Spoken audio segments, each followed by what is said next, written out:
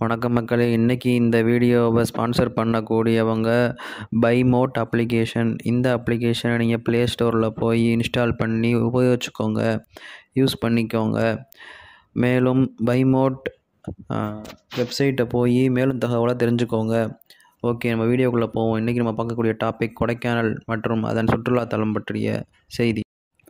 கொடைக்கானல் இந்தியாவின் தமிழ்நாடு மாநிலத்தில் அமைந்துள்ள திண்டுக்கல் மாவட்டத்தில் உள்ள கொடைக்கானல் வட்டம் மற்றும் கொடைக்கானல் ஊராட்சி ஒன்றியம் ஆகியவற்றின் நிர்வாக தலைமையிடமும் நகராட்சியுமாகும்.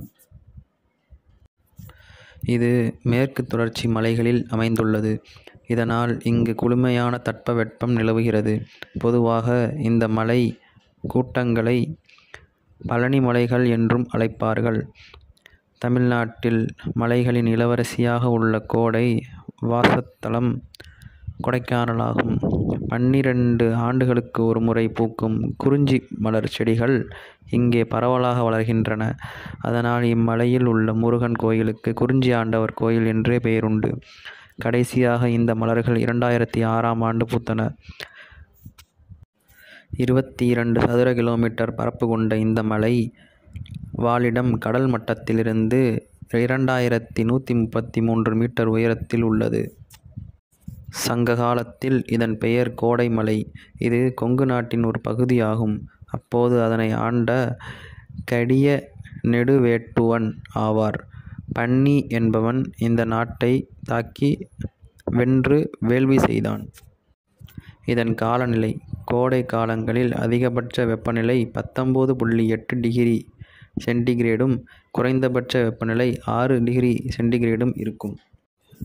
இதன் வரலாறு 1821இல் லெப்டினன்ட் பி. ச. வார்டு என்பவர் இப்பகுதியை நில ஆய்வு செய்தார். இந்தியாவில் அரசு பணியில் இருந்து ஆங்கிலேயர்கள் வசிக்க ஏற்ற இடம் என கருதினார். 1845இல் இங்கு பங்களாக்கள் அமைத்தார். போக்குவரத்திற்கு போதிய வசதி இல்லாததால் அப்போது குதிரையிலேயே சவாரி செய்து மலைக்கு வந்து தங்கினர். பின்பு படிப்படியாக 1914ஆம் ஆண்டு தான் முழுமையான சாலை வசதிகளை உருவாக்கப்பட்டது. ஆங்கிலேயர்கள் காலத்தில் வசதி படைத்தவர்கள் மட்டும் அனுபவித்து வந்த கோடை வாசத்தலம் தற்போது அனைவரும் சென்று வரும் சுற்றுலா இடமாக மாறியுள்ளது. கொடைக்கானல் நகரம் முந்தைய கோயம்புத்தூர் மாவட்டத்தில் ஒரு பகுதியாக இருந்தது. கொங்கு மண்டலத்தில் தெற்கு பகுதியாக இருக்கிறது. இதன் மக்கள் தொகையும் அதன் கணக்கும் 2011ஆம் ஆண்டு மக்கள் தொகை கணக்கெடுப்பின் படி 24 நகராட்சி மன்ற உறுப்பினர்களையும் 9442 குடும்பங்களையும் கொண்ட இந்நகரத்தின் மக்கள் தொகை 36,501 ஆகும். அதில் 18,216 ஆண்களும் 18,285 பெண்களும் உள்ளனர். இந்நகரத்தின் எழுத்தறிவு 89.3 மற்றும் பாலின விகிதம் 1000 ஆண்களுக்கு 1004 பெண்கள் வீதம் உள்ளனர். 6 வயதிற்குட்பட்ட குழந்தைகளின் எண்ணிக்கை 3893 ஆக உள்ளது. குழந்தைகள் பாலின விகிதம் 1000 ஆண் குழந்தைகள் 1002 பெண் குழந்தைகள் வீதம் உள்ளனர். பட்டியல் சமூகத்தினர் பட்டியல் பழங்குடியினர் முறையே 7250 மற்றும் 102 உள்ளது. மக்கள் தொகையில் இந்துக்கள் 48.84% இஸ்லாமியர்கள் 12% கிறித்துவர்கள் 38.69 மற்றும் பிறர் 0.43 உள்ளனர். கொடைக்கானல் செல்ல வழி சென்னை, திருச்சிராப்பள்ளி, மதுரை, திருநெல்வேலி, கன்னியாகுமரி தொடருந்து பாதையில் திண்டுக்கல் மற்றும் மதுரைக்கு இடையில் அமைந்துள்ள கொடை ரோடு என்ற ஊரில் இறங்கி அங்கிருந்து 80 கிலோமீட்டர் தொலைவில் உள்ள கொடைக்கானலுக்கு மகிழுந்து அல்லது பேருந்து மூலம் செல்ல வேண்டும். திண்டுக்கல், மதுரை, கோவை, பழனி, வத்தலகுண்டு, திருச்சி, சென்னை, பெங்களூரு, நாகர்கோவில், ராமேஸ்வரம், காரைக்குடி, போடி, குமுளி, வேளாங்கண்ணி ஆகிய இடங்களிலிருந்து கொடைக்கானலுக்கு பேருந்துகள் இயக்கப்படுகின்றன. மகிழுந்தில் செல்லுவோருக்கு கொடைக்கானலுக்கு வத்தலகுண்டு வழியாகவும், பழனிமலை வழியாகவும், பாச்சலூர் வழியாகவும், தாண்டிக்குடி வழியாகவும் மலைப்பாதைகள் வழியாக செல்லலாம்.